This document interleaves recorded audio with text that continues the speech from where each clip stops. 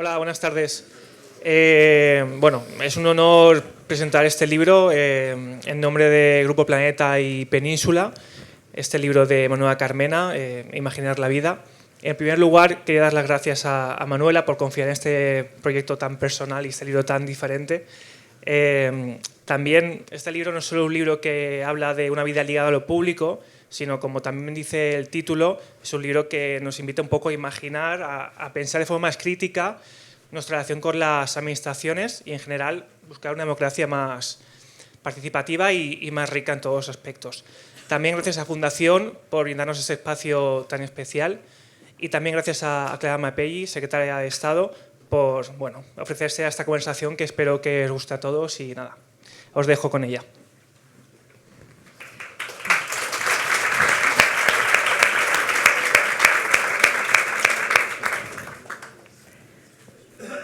Buenas tardes.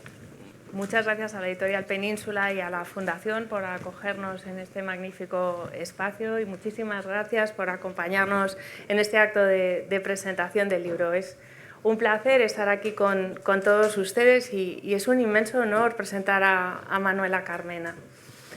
Y es que presentar a Manuela Carmena supone constatar la evidencia de que Manuela mueve más afectos que nadie.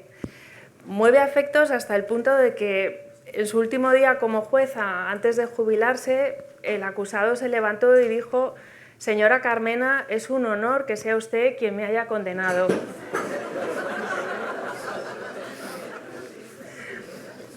En mi caso, el inmenso afecto que siento hacia Manuela tiene un origen distinto, tiene una raíz familiar. Pues soy hija de compañeros de Manuela, de esa etapa en la que la vida se imaginaba desde los despachos laboralistas o desde el barrio de Orcasitas. Porque la vida se puede imaginar, ¿verdad? Hombre, claro. Especialmente en las instituciones públicas, que es desde donde se puede construir un futuro mejor para todos. Este libro es una lectura imprescindible para todas aquellas personas, las únicas cabales, diría, que se atreven a cuestionar, repensar e imaginar otra forma de construir las instituciones, y que les recuerda que en esa capacidad de pensar diferente y transformar el pensamiento en acción reside la esencia de una buena gestión pública. Por eso es tan estimulante la lectura de cada uno de los capítulos del libro, en los que, al hilo de las diferentes etapas de una trayectoria profesional de profunda vocación de servicio público, desvelas cómo la imaginación se transforma en acción. Y de ese modo, el libro acaba convirtiéndose en una caja de herramientas para construir una plataforma de la imaginación, con el fin de alcanzar un objetivo de puro sentido común: responder a los intereses de los ciudadanos de la forma más rápida, satisfactoria y eficaz. Para quienes trabajamos o asumimos responsabilidades en la administración pública, la primera pregunta: Manuela, ¿qué necesitamos para ponernos inmediatamente manos a la obra? Bueno, yo quiero decir en primer lugar que me siento súper feliz de tener aquí nada menos que a Clara Mapelli, secretaria de la Función Pública, ¿no? Y además, es verdad, hija de Julia, hija de Luis, de profundos amigos, ¿no? Yo creo que el movimiento que hicimos aquellos jóvenes absolutamente imaginativos y valientes, que decidimos hacer el laboralismo y hacer una manera de entender la justicia, pues es muy bonito, que es como un árbol que ha ido dando muchas ramas, ¿no? Y yo creo que Clara es una de las ramas destacadas, ¿no? Entonces yo, buscando cómo poder cumplir el objetivo por el que he escrito este libro, porque yo he escrito este libro porque quiero dejar un legado. Entonces, como tengo una edad que conviene pensar en esas cosas, porque tengo 81 años, pues yo dije, yo quiero dejar un legado. Y para mí el legado es un legado dirigido a la administración pública, en el sentido de que es imprescindible modificarla. Es imprescindible que la administración pública se acabe convirtiendo en lo que debe ser. Porque si lo pensamos, lo público es, la administración pública es lo que permite que la vida política pueda dar sus réditos. Los políticos diseñan políticas públicas, pero las políticas públicas se hacen a través de la administración. Y si la administración no funciona, si la administración está oxidada, si la administración va renqueando, pues esas políticas públicas se quedan en aguas de borrajas o en la mitad de lo que quisiéramos que hubieran sido. Si a esto además le añadimos que esa administración, que es un barro pegajoso, que dificulta mucho la acción, puede ser utilizada en un momento en el que la confrontación política casi nos hace olvidar cuál es el objetivo esencial de la política, pues el resultado es peligrosísimo. Y de ahí ese afán mío de dejar aquí este legado, que bueno, de momento le he pedido a Clara que sea mi voz. Después espero, aquí hay, sé, funcionarios jóvenes que sé que estáis deseando también de hacer posible que la administración cambie profundamente y acabe siendo algo de todos y para todos, ¿no? Fijaros, a mí me sorprende el que una frase habitual es decir, pues me voy a tener que enfrentar con la administración. Y uno dice, pero vamos a ver, la administración no es nuestra. ¿Quién es la administración? ¿Quién es esa especie de magnus peligroso que de alguna manera nos hace temerla y que casi nos pide tener una actitud de una resolución casi heroica para enfrentarnos a la administración? Entonces tú nos decías que cómo hacerlo. Pues yo creo que lo primero es analizar. Mirar lo que hacemos. ¿Para qué vale lo que hacemos? Yo, toda mi vida es cuando llegué a mi primer destino judicial, cuando realmente me convertí en funcionaria del Estado, en una jueza, pues cuando llegas al juzgado y dices, ¿esto? ¿Por qué? ¿Para qué? Bueno, pues yo creo que el primer punto es ¿por qué y para qué? Que lo reflexionemos. Y a partir de ahí, una vez que sepamos por qué lo hacemos y para qué lo hacemos, pensemos si efectivamente eso que hacemos vale para lo que dice que queremos hacerlo, ¿no? Y yo sigo diciendo, en fin, para que os hagáis una idea, yo llego allí, mi primer destino, el Juego de La Palma, un sitio maravilloso, delicioso, precioso, y de pronto, pues como la cosa más natural, me dicen, no, es que los presos que tenemos ahora mismo en libertad provisional se tienen que venir a presentar aquí al juzgado los unos y los 15. Digo, ¿por qué? ¿Por qué? No, porque lo dice la ley. Y efectivamente parece mentira, pasan años y años y seguimos diciendo que se tiene que presentar los unos y los 15. Yo tuve la suerte cuando fui decana, aquí está una persona como Marta que lo sabe, que estuvo conmigo en el decanato, nosotros dijimos, bueno, es que es absurdo, el 1 había unos apelotonamientos en la puerta, no funcionaba nada, el 15 también. Primero dijimos, 1, ¿para qué lo hacemos? Y 2, ¿qué sentido los unos y los 15? Si es necesario hacer un control absolutamente ridículo hoy día para una persona que le puede caer a lo mejor una condena importante, ¿qué significa que vaya un día al juzgado a decir, oye, que estoy aquí? El juzgado dice, bueno, ¿y qué? Es decir, bueno, pues suponiendo que valiera algo y suponiendo que en principio había que hacer ese respeto a la ley, pues que unos vengan el 1, que otros vengan el 2, que otros vengan el 3, que otros vengan el 4, pero ¿por qué los unos y los 15? Pues de estas cosas está llena la administración. Y entonces, tú me dices qué es lo que hay que hacer, cuestionar. ¿Para qué y por qué? Y si nos vale el para qué, ¿cómo lo podemos hacer de una manera que sea eficaz, eficiente y que satisfaga al ciudadano? El libro empieza en el año 1980, recién aprobada la oposición de judicaturas, pero antes habías vivido una década utópica en los despachos laboralistas, retomando el título de un libro reciente de Tomás Dupla. Y tú misma describes esa época como el producto de una gran imaginación. Sí. En la forma de utilizar e interpretar el derecho. ¿Cómo contribuyó precisamente esa etapa a formarte luego como jueza, a cuestionarte constantemente el por qué y para qué? Claro, fue definitivo. Nosotros los despachos laboralistas, de verdad que el libro que ha redactado Tomás, pero que es un libro colectivo, es un libro extraordinario, creo que se llama El laboralismo, un momento utópico, pues la verdad vale la pena, porque explica mucho cómo hicimos las cosas. Teníamos una necesidad de imaginación tremenda y poco dinero, ¿no? Entonces yo me acuerdo que en concreto en el despacho de Atocha, pues yo decidí que como no había dinero para que tuviéramos armarios, pues no teníamos armarios para guardar las cosas. Y yo decía, así las veremos y no se nos olvidarán, ¿no? Bueno, veo cosas de estas que nos obligaron constantemente a estar imaginando una profesión nueva. Creamos una nueva profesión. Entonces, eso hizo que tuviéramos que cuidar todos los detalles partiendo de lo que se necesitaba.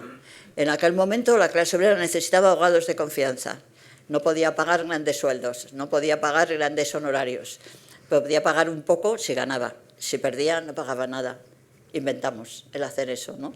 Y claro, cuando llegas a la administración y ves que la imaginación no existe, es decir, tú dices, por ejemplo, nadie se ha planteado por qué en lugar de hacer oposiciones individuales no se pueden hacer oposiciones en equipo. Yo sabía lo que había significado el equipo de Atocha, del despacho de Atocha, lo que significaba el despacho de Españoleto, los otros despachos. Éramos un equipo, nos habíamos hecho un equipo, teníamos una fuerza terrible y sin embargo llegas a la administración y no tienes equipo. Uno va de un lado, otro va de otro, hay una incompatibilidad tremenda, uno está ahí porque le ha tocado pero no le interesa nada, ¿no? Y yo pensaba, ¿se podría realmente algún día hacer una oposición en equipo? Y cuando se lo decía a alguno de los compañeros decían, ¿cómo? ¿Qué? ¿Eso de qué? Pues una idea absolutamente maravillosa, trabajar en equipo, y además hay varios pasajes en el libro en los que te refieres a la importancia de poder mantener los equipos a lo largo de las diferentes etapas. Y en esos primeros momentos imaginas una nueva profesión como jueza y comienzas a hacer algo realmente revolucionario que consiste en hacer cumplir la ley, una paradójica innovación como bien señalas, en aquellas primeras experiencias en las que implantas, por ejemplo, la práctica de hacer personalmente los reconocimientos judiciales para darle sentido a esos escritos que rezan ante mí el juez. Sí, fue una época estupenda porque la verdad es que yo decía, vamos a ver, me decían, no, aquí lo normal es que las pruebas las hacen los funcionarios porque claro, luego los jueces tienen mucho que hacer y tal, y entonces pues los hacen los funcionarios, ¿no? Y decía, pero ¿cómo van a hacer las pruebas los funcionarios? Lo suyo es que lo hagamos nosotros, ¿no?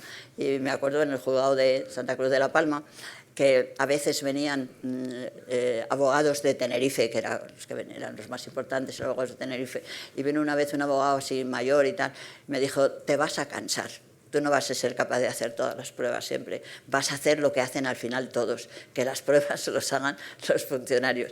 Y yo le dije, te aseguro que no. Y fue que no.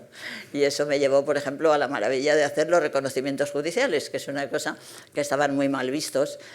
Bueno, salvo una cosa que aparece en el libro, de que, bueno, había algunos jueces que cobraban por hacer reconocimientos judiciales, ¿no? Pero a mí me parecía fenomenal porque llevábamos un montón de tiempo discutiendo en un pleito y la mejor manera de resolver quién tenía razón era ir a verlo. Y me acuerdo cuando ella estaba en San Lorenzo del Escorial, pues un día que había una discusión sobre una finca, si acababa aquí o acababa el otro, pues dije, oye, todo el mundo con zapatos bajos y mañana vamos a verlo, ¿no? Y es lo normal, lo vas ahí, lo ves, dices, bah, lo veis, aquí hay este árbol, aquí hay no sé qué, ya está. Hice unas fotos y parecía que, en fin, bueno, ese era el camino. Luego resultó que me revocaron la sentencia porque nadie había pensado que se pudiera hacer un reconocimiento judicial con una fotografía. Entonces reconocieron que era inválido porque lo importante es que el secretario judicial hubiera dicho lo que le parecía a él, el árbol y todo eso. La foto no valió y impugnaron aquello porque había una foto, ¿no? Ya, ¿cómo es posible, no? Bueno, esas cosas. En esos años también refieres en el libro que resultaba habitual el cobro indebido de tasas, la famosa tasa PSC por si cuela. Señalas también cómo la complejidad de los procedimientos obligaba a generar atajos en forma de corrupción.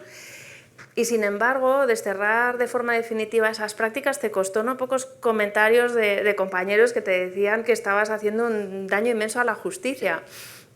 Sí, la verdad es que era muy impresionante porque como se cobraba por hacer toda una serie de pruebas y de diligencias que se llamaba que eran innecesarias, se hacían muchísimo, ¿no? Para que os hagáis una idea, cuando yo llego a la Plaza Castilla, simplemente por subir un expediente de un piso a otro, porque había que subirlo, se cobraba. Entonces, por subir un piso a otro eran 150 o eran 230 o lo que sea, ¿no? Entonces, todos los funcionarios, cuando yo llego a los juzgados de la Plaza Castilla, todos a su vez tenían empleados que les pagaban para hacer todas esas cosas, ¿no? Entonces yo he contado la impresión que yo estaba acostumbrada a ir por la tarde a trabajar. Llego una tarde y digo, anda, si los funcionarios no son los de por la mañana, son diferentes, ¿no? Entonces empecé a preguntar, ¿vosotros quién sois? Eran los empleados de los funcionarios de la mañana. Entonces ellos, bueno, os podéis imaginar, yo un día les dije a todos, esto se ha acabado. Y me dijeron, pero señoría, ¿cómo se va a acabar? no sé, me decían los funcionarios, los que pagaban a los funcionarios aparentes, a los funcionarios de relleno, ¿no? Me decían, es que mi funcionario de relleno me va a llevar a la magistratura, porque ¿cómo le voy a despedir? Digo, ese es tu problema. Aquí no hay más que vosotros, con vosotros tenemos que arreglarnos, ¿no? Y la primera reacción fue que se fueron todos los funcionarios, los de verdad, se fueron todos y yo me quedé absolutamente sin nadie en el juzgado. Aquí tengo a una persona que fue Ana, que era mi sobrina, estudiaba Derecho en ese momento. Yo le pedí ayuda y dije, Ana, búscame algunos estudiantes que quieran venir de interinos a mi juzgado, porque mi juzgado se ha quedado sin nadie, ¿no? Y tenemos que salir adelante, ¿no? Y a veces me venían a ver abogados progresistas con buena voluntad y me decían, yo creo que te has pasado a veces con eso de querer hacer las cosas bien, porque fíjate, ahora qué hacemos, yo creo que era mejor que tú hubieras aceptado. O venían algunos magistrados que me decían, hombre, es que los funcionarios no cobran mucho y si pueden sacar un sueldecillo pues con esto de sus empleados y sus cosas, pues vale la pena. Yo decía, ¿pero qué me estáis diciendo? Es decir, ¿qué significa esto? Esto es una cosa absolutamente mercantil. Y bueno, como aclaraba o anunciaba Clara, pues un día María Antonia, que está aquí, lo sabe, también ella me ayudó mucho, estaba también entonces metida en la justicia, pues un secretario, además un secretario que tenía, en fin, muy buena fama, era un hombre progresista y tal, me dijo, bueno, no te doy 2 bofetadas porque eres una señora, pero estás desmontando algo que nunca se debería desmontar, ¿no? Eso pasó en el tiempo. Y se desmontó, ya nadie se acuerda de eso, pero pasó. Sí, porque finalmente las tasas judiciales se eliminan en una fecha para recordar. Sí, fue una época muy importante. Luego, siendo ministro Gallardón, las volvió a poner, pero no con la incidencia de lo que había antes, ¿no? Pero la gran disminución de las tasas, la gran abolición de las tasas fue con ocasión de todo esto. Y había un magistrado que era maravilloso, que era muy irónico y muy gracioso, y cuando fue una vez el ministro allí a la Plaza Castilla y los funcionarios le armaron un lío tremendo, porque los funcionarios estaban un poquito enfadados por aquello que les habían quitado unas grandes capacidades de monumentos, pues le hicieron un lío tremendo, ¿no? Y entonces un magistrado que era fantástico, el magistrado Huet, que era muy bueno, me dijo, ay Manuela, ¿por qué te habríamos hecho caso? ¿Por qué te habríamos hecho caso? Me decía, broma, ¿no?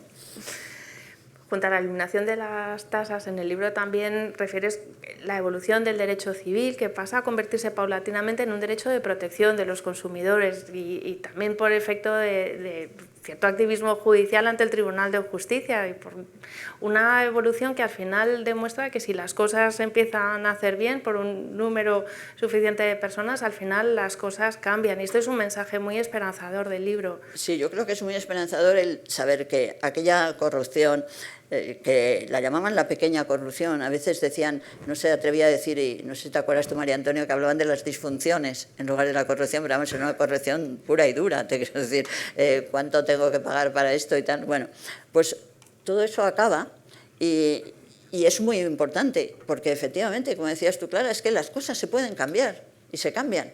Y cuando se cambian luego, todo el mundo no quiere acordarse cómo pasaban antes y está contento de cómo están, ¿no? Y yo creo que ahí hubo una generación de jóvenes magistrados buenísima, la que yo aporté poco porque, no sé, yo creo que ellos algunos estaban muchísimo mejor preparados desde el punto de vista jurídico que yo, que fueron capaces, y alguno ahora pues está en el Consejo del Poder Judicial y son unas eminencias en incorporar el derecho europeo al derecho civil nacional y hacer posible que el derecho civil en España, que era un civil de los ricos y de los propietarios, acabará convirtiéndose, como dice la Constitución, en un derecho que también, como decía Clara, es aplicable a los consumidores. Yo creo que eso ha sido un giro copérnico democrático profundo en el mundo del derecho y que es muy importante tenerlo en cuenta, ¿no? Llegas a los juzgados a los nuevos juzgados entonces de vigilancia penitenciaria, que constituyen un campo abierto para la experimentación, porque eran juzgados entonces de nueva creación. Y es aquí donde se observa de forma muy clara una cualidad muy relevante que está muy presente en el libro, que es la importancia del cuidado, de los afectos, de tener siempre presentes a los demás. Junto al reto inmenso de hacer cumplir la ley de vigilancia penitenciaria, estaba también el reto inmenso de cambiar la forma en la que la autoridad trata a las personas, por ejemplo, pidiendo permiso para entrar en las celdas de los reclusos o quitándole las esposas a una persona detenida, hablando con los acusados, nerviosos antes de que empiece el juicio. Es decir, reconocer el dolor del otro como el origen de los derechos humanos también, con una cita muy interesante de una historiadora estadounidense. Mira, eso sí que es como una experiencia que ha ido calando cada vez más en mi manera de ser y de ver las cosas, ¿no? Yo creo que para castigar, cuando los jueces a veces castigamos, y castigamos de una manera intensa cuando mandas a una persona a la cárcel, ¿no? Cuando castigas tienes que realmente interesarte por la persona castigada, ¿no? Porque cuando castigas con indiferencia, castigas sin tener en cuenta cómo recibe el castigo la persona a quien tú se lo has impuesto, el castigo acaba siendo violencia, ¿no? Y la violencia no produce reflexión, produce más violencia, ¿no? Entonces yo creo que es importantísimo el que en el castigo tú demuestres realmente interés por la persona que castigas, ¿no? Yo recuerdo una anécdota que para mí fue muy importante, y es que condenamos a una persona por agresión sexual a una pena importante, creo que eran 8 años, y llegó el momento que tenía que cumplir la pena y me vino a ver al despacho y me pidió por favor que le diera tiempo. Me dijo, es que no puedo entrar ahora en prisión, déjeme pasar todo el verano con la familia y tal. Dije, mira, no, es el momento, y el que dejes pasar tiempo no va a solucionar la situación en la que te encuentras ahora, que como tú me dices, estás aterrado de tener que ir a la cárcel, ¿no? Ya sabéis que este tipo de delitos, a veces los autores son personas que no tienen ninguna vinculación con nada criminal, sino que pueden ser unos maravillosos padres de familia, aunque luego sean unos agresores sexuales, ¿no? Y entonces yo le dije, no te puedo dar más tiempo, tienes que entrar en prisión ya. Pero te digo una cosa, te voy a dar mi teléfono. Si tú en la cárcel ves algo, ves a alguien que crees que te va a hacer daño, te sientes inseguro, ¿me puedes llamar? Porque si el tribunal ha llegado a la conclusión que eres culpable, tú dices que no, nosotros creemos que sí, hemos escuchado todas las pruebas, creo que es verdad que eres culpable, pero te mandamos a la cárcel porque tienes que conseguir salir de este hoyo, tienes que cumplir esa condena, tienes que utilizar esa condena como proceso de reflexión, como cambio de actitud, pero no queremos que te pase nada que no te deba pasar. Tienes mi teléfono, cualquier cosa me llamas, ¿no? Y efectivamente, pues a los 4 o 5 días me llamó, estaba aterrado. Yo pedí que fuera la trabajadora social a hablar con él, la trabajadora social habló con él, le tranquilizó. Tiempo más tarde, tuve que hacer una visita a la prisión y me la encontré. Me vino a dar las gracias. Vuelvo a decir, no hay nada como mostrar interés por el otro. Entonces, si hay que hacerlo siempre, si tú quieres que alguien tenga una actitud o de cambio en las instituciones, de cambio en su conducta, es importantísimo que haya esa vinculación de decir, me importas, me interesa, no eres un don nadie, eres alguien por el que yo estoy interesada y por el que yo voy a estar preocupada por el resultado que te dé este castigo, este sufrimiento, ¿no? Entonces, eso fue la enseñanza maravillosa que yo tuve en vigilancia penitenciaria, unido a una cosa muy positiva, que como eran unos juzgados nuevos, estaban muy poco regulados. Y como estaban muy poco regulados, se podían hacer cosas que uno no sabía si se podían hacer o no, pero se hacían, ¿no? Yo me acuerdo que un día yo llegué a la cárcel de Carabanchel y los presos me hicieron muchas denuncias porque la habitación, las celdas de castigo eran realmente unas mazmorras, humedades horribles, bueno, una cosa tremenda. Y yo le dije al director de la cárcel, mira, voy a tomar la decisión de cerrar todas las celdas de castigo. Y me dijo, ¿y eso? ¿Cómo? ¿Dónde está en la ley? Digo, mira, la ley no dice nada más que el juez de vigilancia tiene que garantizar los derechos de los presos. Estas celdas no garantizan los derechos de los presos. Las voy a cerrar. Y las cerré. Yo creo que a nadie le dio tiempo a reaccionar si lo podía hacer o no, pero se quedaron cerradas, ¿no? Yo creo que eso fue la enorme ventaja de tener poca regulación. Yo dije, mira, ¿por dónde? No había reglamento. Eso fue una cosa buena. Luego hicieron el reglamento. Pero bueno, oye, se consolidó. Nadie ha cuestionado que el juez de vigilancia no pueda cerrar unos establecimientos cuando los mismos no tienen las garantías mínimas que exige la dignidad del ser humano. Instalaste también un teléfono, ¿verdad? Sí, lo del teléfono fue una cosa especial porque yo me daba cuenta que en la cárcel, claro, suceden muchos acontecimientos muy tensos. Bueno, un preso piensa que un funcionario le ha faltado el respeto, que un funcionario no le ha dado el derecho que le corresponde y claro, para eso tenían que hacer un escrito, mandarlo al juzgado, eso pasaban muchos días, 3 o 4 días, subía al registro y tal. Y se me ocurrió pedir que les pusieran un teléfono de cabecera, un teléfono que los presos levantaban y podían hablar directamente con el juzgado de vigilancia penitenciaria. Lo pusieron y entonces pues había mañanas que el teléfono sonaba y solucionábamos muchas cosas. Que me tenía que haber, mire señoría, que me tenía que haber llegado el permiso y no me ha llegado, pues no sé qué, usted dijo que salía y tal. Mirábamos, tal, solucionaba. Pero había mañanas que nunca sonaba el teléfono. Decíamos, qué raro. No llamaba nadie, ¿no? Y cuando íbamos a la cárcel, que una aventura que en el libro lo explico, porque los funcionarios no querían ir a la cárcel, porque decían que se iban a contagiar y tal, muchísimas cosas. Al final iban y estaban encantados, ¿no? Y un día vamos a la cárcel y iba el agente judicial, iba recogiendo un buzón que habíamos puesto también, y me dijo, señoría, ya sé por qué no llama nadie. Cuando nos vamos nosotros, los funcionarios meten el teléfono en un cajón. Cosas que pasan. En 1994 llegas al decanato de Madrid. La llegada no fue fácil porque al principio intentan echarte hasta que te presentas, ¿no? y ganas.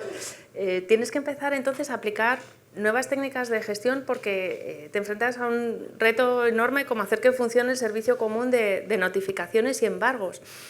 Sí, la verdad es que el decanato también no estaba muy regulado, pero lo que sí era claro es que del juez decano dependían, no sé, yo qué sé, una barbaridad de funcionarios. Yo creo que eran casi 5.000 o 6.000 funcionarios, ¿no? Es decir, éramos una empresa importantísima, ¿no? Y claro, yo soy consciente de pronto de que una cosa es que yo me he sabido organizar con mis 12 o 14 funcionarios el máximo, o 8 o 10 en los primeros juzgados, y otra cosa es tener casi 5.000 funcionarios, ¿no? Y entonces empiezo a ir a hablar de que en la Administración General del Estado se está planteando la necesidad de una nueva reforma, de hacer un tipo de gestión que empieza a llamarse el nuevo management público, ¿no? Y me siento muy interesada y contacto y empiezo a tener reuniones con un movimiento que yo creo que fue un movimiento esperanzador, precioso, de aquellos años, en que se empezó a plantear la posibilidad de que se pudiera llevar a cabo la administración de otra manera, ¿no? Independientemente de eso, mientras que yo oigo esas teorías que me gustan, que me animan, que me dan perspectiva, yo tengo que solucionar los problemas. Y los problemas es que había que conseguir que las citaciones les llegaran a los interesados en su momento y no 7 meses después, ¿no? Y dándole vueltas cómo lo podíamos hacer, este trabajo del decanato permitía que el juez decano nombrara delegados por cada una de las jurisdicciones, un delegado de lo civil, otro delegado de penal y tal. Y yo nombro delegado de civil a un magistrado que yo había conocido porque había hecho las prácticas conmigo, que hoy es secretario de Estado. Estamos hablando de secretarios de Estado. Es otro secretario de Estado maravilloso, que es Ángel Luis Ortiz, que es una persona, aparte de buenísimo, con una imaginación, es un hombre fantástico. Y le digo, a ver, Ángel Luis, ¿qué hacemos? ¿Cómo hacemos que esto funcione? Me dice, mira, yo tengo un cuñado que trabaja en Seur y que están muy acostumbrados a llevar notificaciones de todo tipo y tal. ¿Qué te parece si probamos? Dije, venga, vamos a probar. Y vinieron los de Seur. Marta se ríe porque eso fue tremendo. Cuando vinieron los de Seur y empezaron a ver aquello y tal, bueno, estuvimos 3 o 4 días con ellos, ellos no nos entendían, pero nosotros sí les entendimos a ellos y les copiamos. Les dijimos a los de Seur, muchas gracias, no podemos contar con vosotros, pero nos habéis enseñado alguna cosilla, ¿no? Entonces nosotros creamos nuestro propio Seur, que fue fantástico, fue una cosa. Creamos mandos intermedios, hicimos delegaciones en todas partes de Madrid, buscamos un sistema diferente de notificación y bueno, pues fue extraordinario, ¿no? Y, en fin, fue la época en la que para mí fue mi máster en gestión pública, fue el decanato de Madrid. Sí, al hilo de esa experiencia haces unas reflexiones muy interesantes precisamente a propósito de la nueva gestión pública, que en aquellos años en la Administración General del Estado dio lugar a una serie de publicaciones importantísimas y un movimiento de reforma que todavía mantiene sus efectos. Y te lamentas en el libro del escaso interés que ha despertado y sobre todo de cierta ideologización del New Public Management, pensando que eran técnicas eficientistas, ¿no?, de una determinada gestión política, cuando en realidad, como ilustras con el ejemplo de Seur, se trata de aprender entre organizaciones, es un aprendizaje institucional puro, preguntarse cómo seleccionamos, cómo organizamos los equipos, cómo contemplamos los procesos, tratamos de ser más eficientes, ¿no? Es una pena. Claro, era una pena porque yo me había leído todos los libros que se habían publicado sobre esto, había 2 libros importantísimos estadounidenses, que todavía los recuerdo, de Gobler y de Osborne, y lo explicaban fenomenal. Pero en el mundo de la izquierda se veía mucha desconfianza porque eran americanos y eran de cosas de Estados Unidos. ¡Uf, capitalismo! Nada, no sé qué. Yo decía que no tiene nada que ver, si lo que habla es de organización, no hay que... Y bueno, a mí me dio lucidez para hacer cosas tan pequeñas como, para que os hagáis idea, las notificaciones. Inicialmente cada funcionario recibía un número. Por ejemplo, tenía que hacer la notificación número 1, número 15 y número 16, vamos a poner, ¿no? Había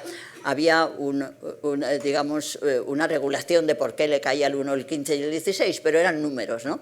Y nadie había pensado que para un servicio de notificaciones que se debía extender por todo Madrid, lo importante no eran los números, sino las calles. Entonces dijimos una vuelta y dijimos, un número fuera. Aquí vamos a ver cuántos van a López de Hoyo. Venga, los de López de Hoyo. ¿Cuántos van a Bravo Murillo? Entonces hicimos una vuelta y claro, fue fantástico, porque el que iba a Bravo Murillo llevaba el 15, el 16, el 32, el 23, pero llevaba todos los Bravo Murillo, ¿no? Y entonces el objetivo que yo les decía a los funcionarios, que les gustaba mucho, era, mira, vosotros tenéis que conocer la calle como si fuera vuestra casa, tenéis que conocer a los porteros, tenéis que conocer a los de las tiendas, porque es cuando era efectivo, porque nosotros cometíamos la absurdez de llevar las citaciones cuando no había nadie en su casa, porque íbamos por la mañana, porque no había servicio de tarde. Entonces por la mañana muchas veces no había nadie y había que saber si no había nadie, pues a quién se le deja, a este portero de confianza y tal, y entonces era imprescindible eso y bueno, así tuvimos éxito. Es un caso de innovación maravilloso y además es que describes perfectamente el ciclo de la innovación. Es decir, desde ese momento eso nunca se ha hecho así, o casi el peor insulto que te pueden dirigir en la administración. Eso es absolutamente utópico, ¿no? Sí, claro, y además te decía, no, es que eso es injusto, porque hay calles que están más cargadas que otras, ¿sabes? Y entonces, sin embargo, los números son los números. Si a mí me cuentan 2 números de números, pero ¿cuánta gente hay en Bravo Murillo? A ver si me va a tocar a mí más hacer... Bueno, cosas de estas, ¿no? Que es un poco la ideología del reparto de la función, que está metido, yo diría, en el código genético del funcionario, ¿no? Y que hay que liberarlo. Y finalmente uno se acaba preguntando por qué no se nos ocurrió antes, ¿no? Pues fíjate, porque no había interés en que funcionara. Yo creo que la clave es esto porque funciona así, vamos a hacer que funcione diferente. Cuando pasas a formar parte del Consejo General del Poder Judicial y participas en la elaboración del Libro Blanco de la Justicia, que es un momento importante también, ¿cuáles fueron entonces las principales aportaciones y han tenido una plasmación práctica, retomando una constante preocupación que manifiestas en el libro? Sí, bueno, fue un momento en el que a veces te das cuenta que cuando trabajas en lo público también a veces hay que ser humilde y a veces hay que saber pactar, ¿no? Yo cuando llego al Consejo y me encuentro con el que han nombrado presidente, que es un hombre entrañable, dispuesto a escuchar y que le había designado el Partido Popular, pero eso no quita de que es una persona estupenda, Delgado, Javier Delgado, él está súper interesado en escucharnos, y él dice, tenemos que ver qué es lo que pasa en la justicia. Y yo me siento que yo sí que sé ya lo que pasa, ¿no? Y voy a tener que perder tiempo analizando lo que pasa si yo ya lo sé. Pero por otra parte me doy cuenta que en política muchas veces tienes que ser humilde y decir, bueno, quizá yo lo sé, pero los demás no lo saben. Entonces, pues vamos a aceptar que se haga un libro blanco y que se analice y que se llegue a unas conclusiones que yo quería que fueran unas, luego fueron otras. Pero bueno, hubo cosas aceptables y también se me permitió a mí que yo siguiera con mi línea de gestión, pequeñita, haciendo cosas. Bueno, en política hay que ser humilde muchas veces y hay que saber ceder y decir, pues si ahora no puedo, a lo mejor puedo más adelante, aprovecharé ahora esto para aprender, ¿no? Y sí, me vino bien porque yo creo que aprendimos cosas también. Importante también la dinámica de los órganos colegiados como espacios para deliberar, aprender y llegar a soluciones de consenso, ¿no? Sí, no queda más remedio, hay que aprenderlo también. En el libro está muy presente tu interés por la sociología jurídica, que es una disciplina algo olvidada en nuestro panorama. Es fundamental, sin embargo, plantearse a la hora de adoptar un enfoque de regulación sobre cualquier problema de política pública, conocer los datos, saber qué ha pasado y cómo se puede plantear de una forma diferente. Es muy significativo, por ejemplo, el CENDOJ, el Centro de Documentación Judicial, la estructuración de la información, que es por conceptos jurídicos, sí, pero no por hechos, que realmente es lo que permitiría aportar riqueza mayor. Claro, es tremenda porque hay un departamento enorme en San Sebastián, en donde están todas las sentencias digitalizadas, pero están digitalizadas por conceptos jurídicos, no por hechos. Entonces tú puedes aprender muchísimo sobre la predeterminación, los antecedentes, los atenuantes analógicos, pero saber cuántos perros han mordido a niños, no.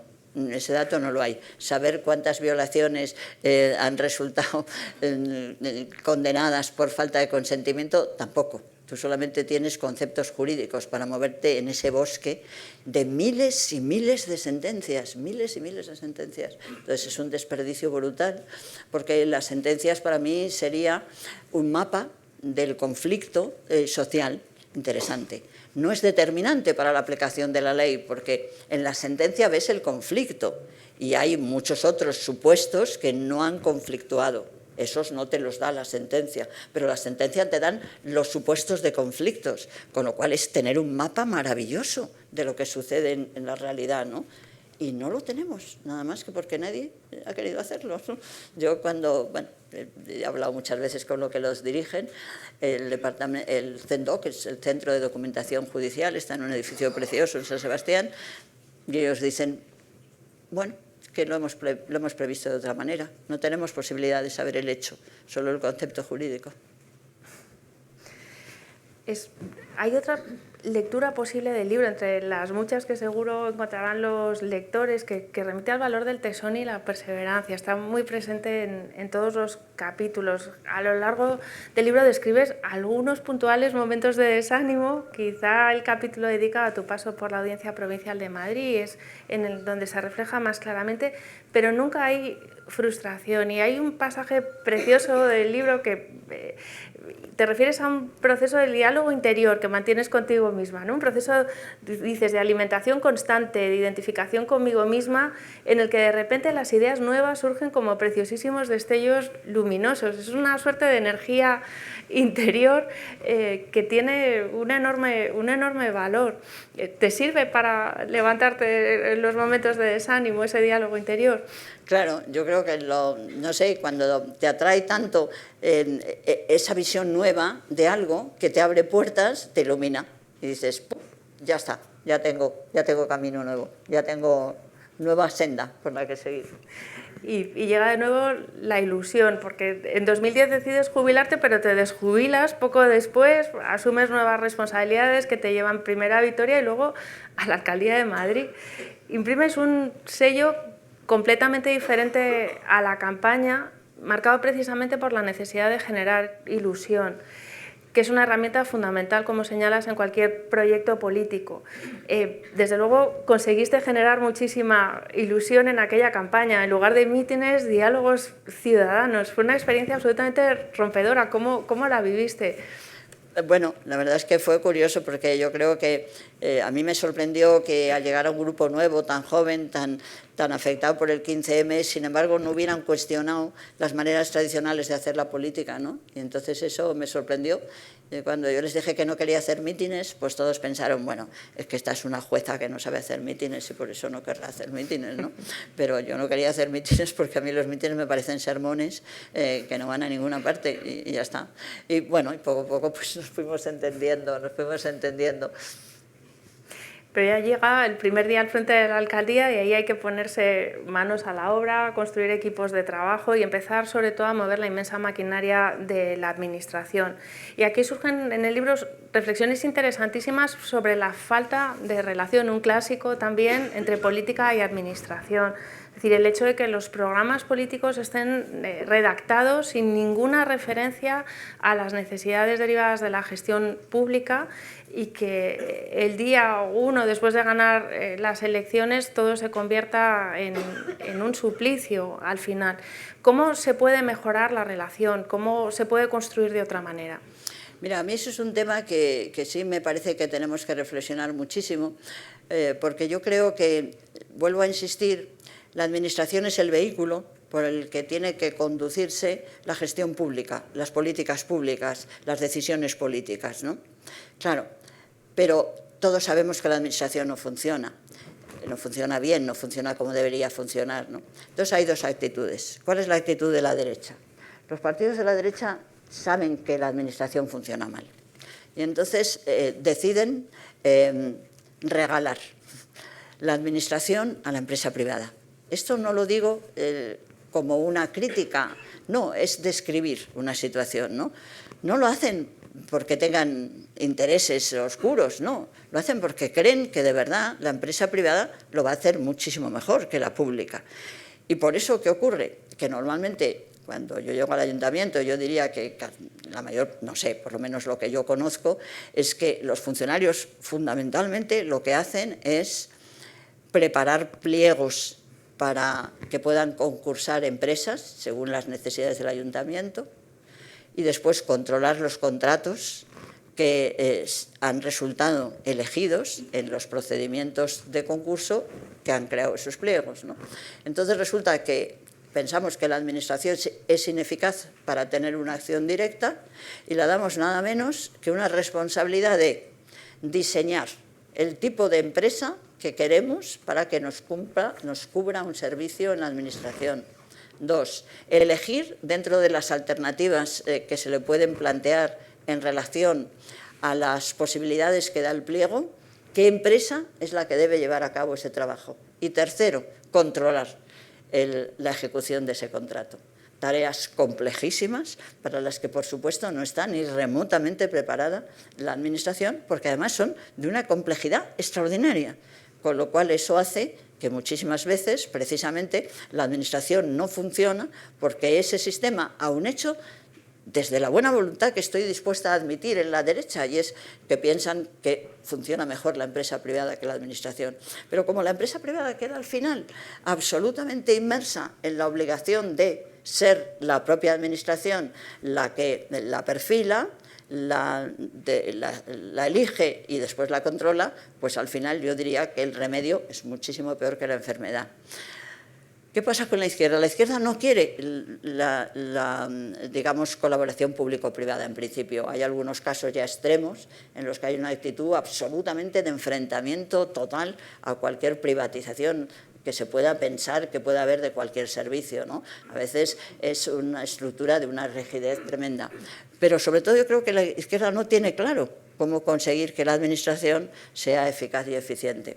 Y aunque había habido momentos en los que ha habido una voluntad de conseguir esa eficacia, se tropieza con unos elementos muy disuasorios y muy importantes para las administraciones de izquierda, que son los sindicatos de funcionarios. Los sindicatos de funcionarios tienen muchísima fuerza y yo creo que una administración que pretende dar a los ciudadanos de cualquier ámbito un servicio razonable, muchas veces tiembla de pensar que los sindicatos le pueden hacer una huelga y le pueden dejar sin servicio de transporte, le pueden dejar sin limpieza, le pueden dejar sin educación, y entonces eso hace que normalmente los partidos de izquierdas prefieran mirar a otro lugar que no al de la reforma de la administración. Y porque además yo creo que tampoco tienen claro cómo hacerlo, pero sí saben que meterse en ese berenjenal es un campo de minas, con lo cual ningún partido político asume el entender que los jefes de la administración son los políticos, ¿quién manda en la administración? Tienen que mandar los políticos, son los jefes, es suya. Vamos, la gestión, la administración es nuestra, pero la gestión es de ellos. Y miran las elecciones y miran qué puede pasar y dicen, no es rentable afrontar la reforma de la administración. Esa creo que es la dramática situación en la que estamos, con lo cual nadie se hace responsable del funcionamiento que debería tener la administración y que no tiene, en mi opinión. Pero las cosas pueden cambiar. No, claro. Y tienen que cambiar. Y empezar por la selección es una de las propuestas del libro. Te refieres en varias ocasiones a la necesidad de seleccionar servidores públicos que tengan empatía, destreza en la comunicación, creatividad. De hecho, hay una anécdota maravillosa en el libro en la que pides a tu equipo de trabajo que redacte una carta a unos niños con un dibujo y la respuesta que recibes es: hay que organizar un concurso. Porque no existe esa capacidad de reaccionar o de reaccionar con esa agilidad y con esa empatía tan necesaria. También podemos crear espacios intermedios entre la política y la administración a través de figuras de dirección más flexibles, precisamente que apliquen esas técnicas de la nueva gestión pública. ¿Podemos empezar por aquí? ¿Puede ser una transformación necesaria? Sí, es una transformación muy interesante. Yo creo que hay posibilidades. Una es la colaboración con lo que llamamos la colaboración público-social. Es decir, que los ayuntamientos, las comunidades, es decir, la administración colabore con ciudadanos organizados, ¿no? La organización de ciudadanos yo creo que es un elemento muy interesante, que vivifica, que determina, y luego yo creo que estaría muy bien el que nosotros pues tomáramos medidas, ¿no? Como por ejemplo, pues si se crea una nueva norma, se crea un protocolo, pues hacer responsable a un funcionario de que ese protocolo salga adelante, ¿no? A mí le comentaba a Clara ahora mientras que hablábamos un poquito antes de empezar, que eso no lo digo en el libro, pero se me había ocurrido cuando se hizo el primer gran acuerdo para hacer una verdadera protección en materia de violencia de género. Se estableció un protocolo con 100 medidas que se aprobaron en el Congreso, se publicó naturalmente en el Boletín Oficial del Estado, ¿no? Y yo cuando vi esas 100 medidas, yo dije, ¿cómo podemos garantizar que esas 100 medidas se cumplan? Y pensé, estaría muy bien que cada medida, el cumplimiento de la misma, el control de ponerlas en marcha, se le hubiera dado un nombre y se hubiera dicho, medida número 1, esto lo llevaron Margarita no sé cuántos, número 2, Encarnación no sé qué, es decir, personalizar, hacer que de alguna manera la sociedad también se responsabilice de eso que al fin y al cabo es la convivencia, es decir, es la pauta para que podamos todos tener una vida mejor en comunidad y en social. Pues muchísimas gracias. Con ese mensaje esperanzador, y a mí me gustaría añadir que tenemos que mirar las cosas con cierta perspectiva. Hemos conseguido grandes cosas en la administración pública española. No todo es ese retrato negativo que forma parte también de una tradición literaria entre nosotros y que a quienes trabajamos en el sector público nos ofrece una importante oportunidad para la mejora. Esas críticas siempre hay que encajarlas y hay que tratar de transformar, pero vamos a mirar las cosas con cierta perspectiva, como se hace en el libro. Han sido muchos los logros en la administración de justicia y en la administración en general, y eso forma parte también de la defensa del servicio público, de la defensa de la democracia. Así que a mí me gustaría terminar con esa nota optimista y, por supuesto, agradecer una vez más el haber tenido la oportunidad de acompañarte en el libro, Manuela, y a todos ustedes por estar aquí esta tarde. A mí me gustaría decirte una cosa más, que la prueba de tener esperanza es que hay gente como tú. Muchas gracias.